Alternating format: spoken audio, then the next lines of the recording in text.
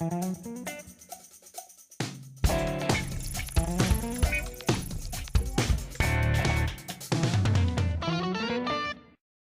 tarde, começando então o Clube do Livro por aqui na Unicinos FM e também pela TV Unicinos. O livro de hoje é Max e os Felinos, com Moacir Scliar. Boa tarde, Camila Kiel, tudo bem? Como é que está? Boa tarde, Rodrigo de Oliveira. Tudo bem, tudo tranquilo, e tu? Tudo certinho. Nesse Clube do Livro, então, a gente vai conversar sobre um autor que nós, felizmente, conhecemos ele. A gente pôde entrevistar ele durante a sua vida ainda, quando lançou livros. Falamos com ele sobre Machado de Assis também, uma vez aqui no nosso antigo Blá Blá Blá. Isso aí, e foi uma surpresa muito grande na realidade, porque o Moacir Scliar muito querido, assim, muito solícito, generoso realmente. Às vezes a gente fica com um pouco de medo quando vai entrevistar alguém assim, de tanto gabarito, mas ele foi muito generoso conosco, né, Rodrigo?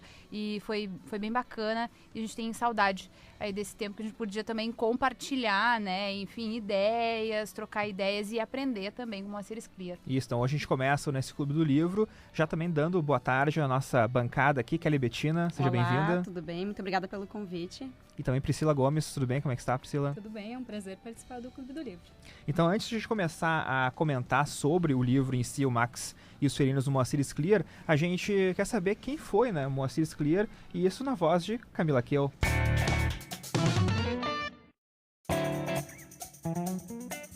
Moacir Scliar nasceu em 23 de março de 1937, em Porto Alegre, Rio Grande do Sul. Filho de José e Sara, Moacir foi alfabetizado pela mãe, que era professora primária, e teve sua educação complementar na Escola de Educação e Cultura e no Colégio Nossa Senhora do Rosário. Cursou medicina na Universidade Federal do Rio Grande do Sul e formou-se em 1962, especializando-se em saúde pública como médico sanitarista. Seu primeiro livro viria naquele ano, Histórias de um Médico em Formação.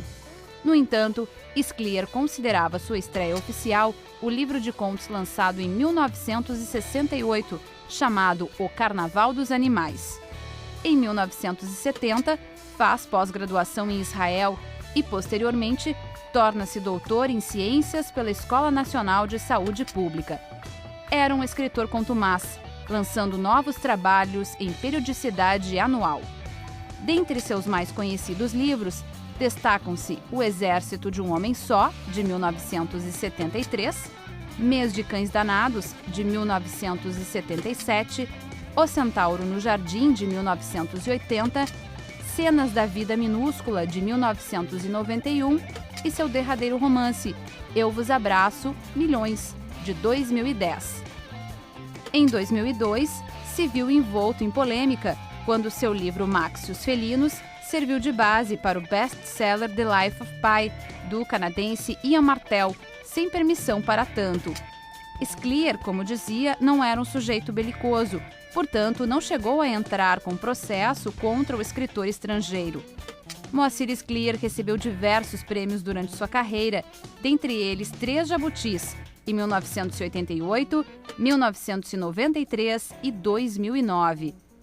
Em 2003, foi escolhido para ocupar a cadeira 31 na Academia Brasileira de Letras. Scliar faleceu em 27 de fevereiro de 2011, aos 73 anos de idade, vítima de falência múltipla de órgãos.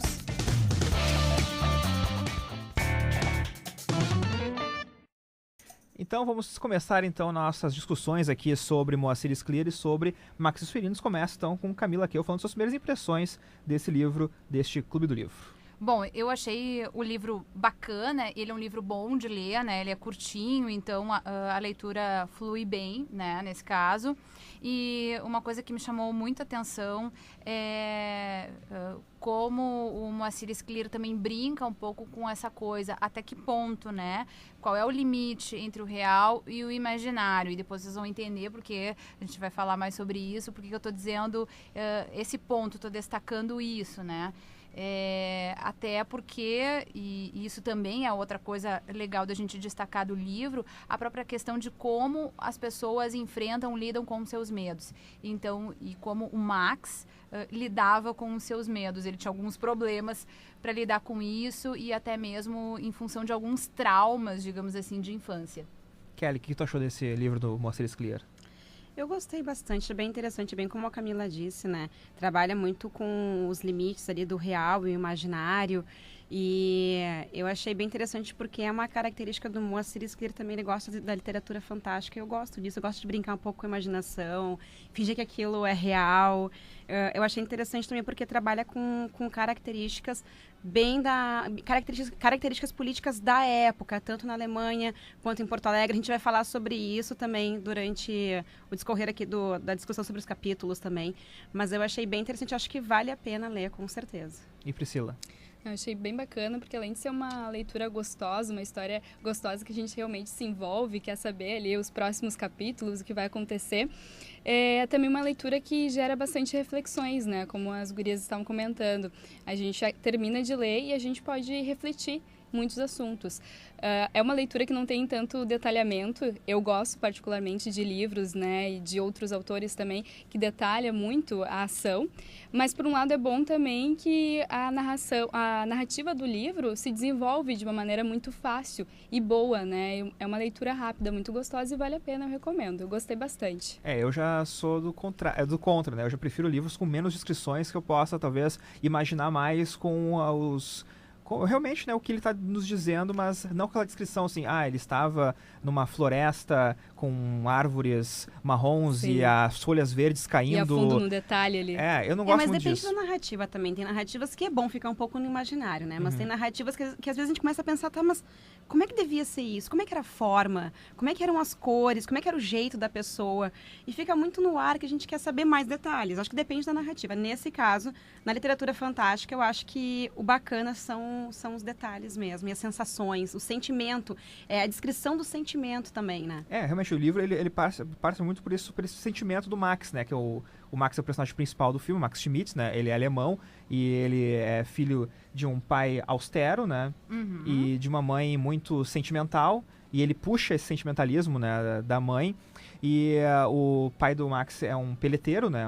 Trabalha com peles, e tem lá um tigre que fica na loja do pai do Max, e o Max tem medo daquele tigre. Que é, vamos dizer assim, um dos primeiros traumas também do Max, né? Exatamente, Ele vai carregar ele vai carregar aí essa história com felinos, assim, vai carregar isso para a vida dele de certa forma, vai permear aí a narrativa também, essa familiaridade dele com os felinos, né? É legal, porque o livro podia ser Max e os seus medos, né? Porque os felinos são os medos do Max, afinal de contas. Mas o interessante é que os felinos é uma materialização do medo dele, né? É aquilo que vai permear, como a Camila disse, durante o livro, e a construção do felino se dá de várias formas, né? Ou seja, é o medo transformado nas mais variadas formas também. E dessa forma a gente pode comparar com a gente mesmo, né? Que a gente tem os nossos medos em todas as etapas da vida, como mostra no livro, né? Desde a infância, adolescência, a fase adulta dele, até a hora da morte, né?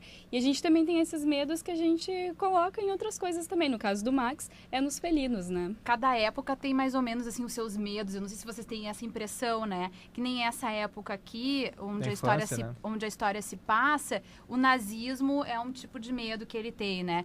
Então, se a gente pensar na contemporaneidade, claro, né? Hoje em dia, o que seria o medo da contemporaneidade? Não sei, terrorismo em alguns países, violência urbana em outros, né? Então, acho que também tem muito isso. Acho que é uma análise legal de se fazer. E eu acho legal também a construção do próprio personagem também, né? Que o Max a gente vai seguir durante toda a história, né? Com ele. E a gente, desde a infância, a gente tá com ele e já meio que conhece. Depois, no meio da história, quando acontecem alguns problemas, que a gente vai também entrar mais nisso no programa, a gente já meio que sabe como ele vai responder a esses problemas. Porque a gente conhece já o Max. O Max já é uma figura que nos é até quase nosso amigo ali durante todo... Apesar de não concordar com algumas coisas que o Max faz ali na história, mas ele vira nosso amigo a partir do momento que tu começa a se embrenhar mais na história. Mas é fácil de entender também as atitudes dele. Eu acredito que pela construção da época, né? O sistema opressor lá de Berlim, também a atitude do pai dele se justificava muito por conta desse sistema. Muito e ele até era, né? bastante flexível e um visionário, por que não, né? Considerando todo o contexto político da época,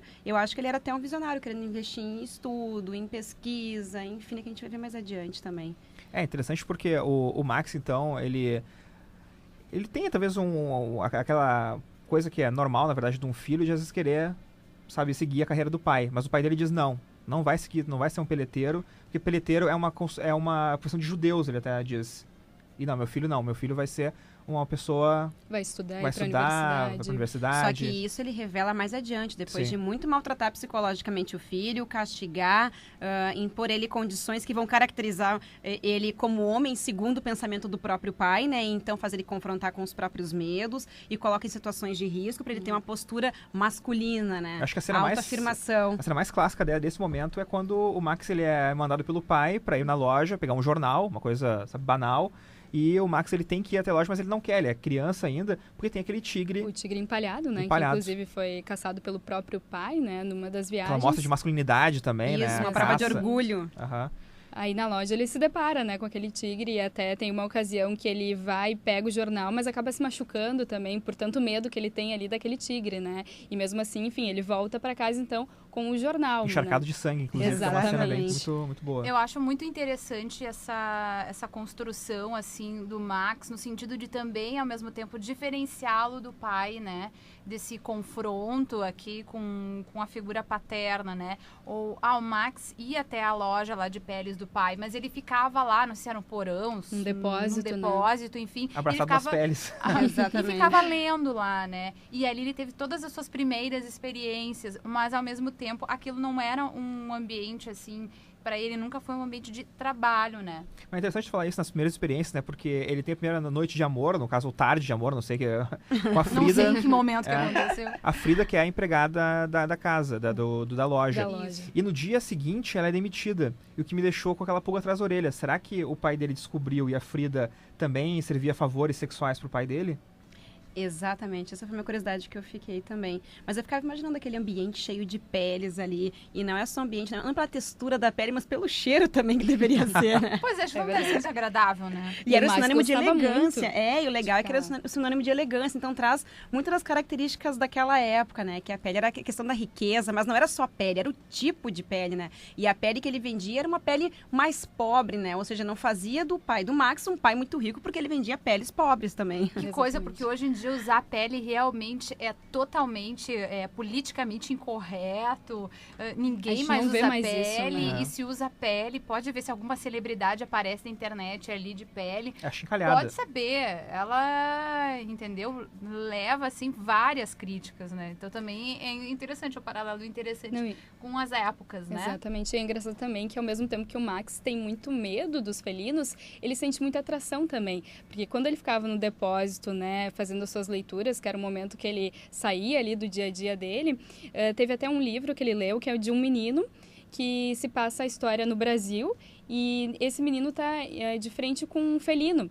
E esse felino, ele conta que nesse livro ele tá com um ar bem humorado. Então ele até pensa, o Brasil deve ser um país alegre, né? Então, ao mesmo tempo que ele sente esse medo dos felinos, ele também tem uma atração por eles. Essa é a primeira incursão, digamos assim, do Max no mundo, no mundo do Brasil, digamos assim, no mundo brasileiro, né, do cenário, porque ele lia algumas coleções, tipo assim, aventuras em países exóticos.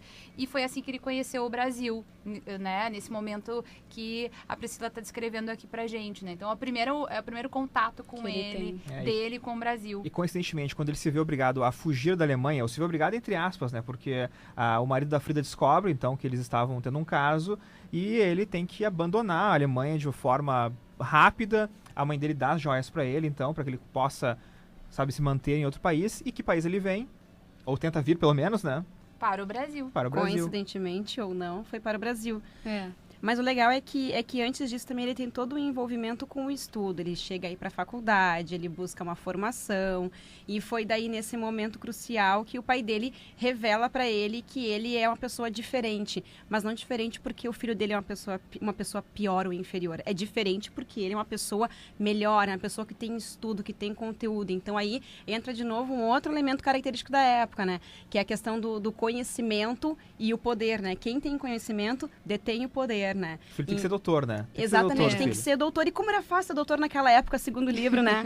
É verdade. Nem explica como não tinha vestibular, não tinha notas, Não, no ele ensino passa médio. reto por Ele isso. passou É. reto e que tinha aquele amigo também, lembra? Como é que era o O nome? Harold. O Harold. Ele, Isso. na Exatamente. realidade, o Max, ele entra para a universidade e começa a estudar a área das ciências naturais com um professor chamado Kunz, que é famoso pelos seus estudos de psicologia animal. Então, também aí já temos algumas pistas, assim, do que acontece no livro. Mas o interesse pelos felinos fez ele tomar esse rumo para as ciências naturais também, né? Isso, a gente vai saber mais depois exatamente. sobre isso, depois do intervalo. A gente vai agora para o intervalo no Clube do Livro e já continuamos com o nosso papo sobre Moacir Scliar e Max e os felinos. Já voltamos.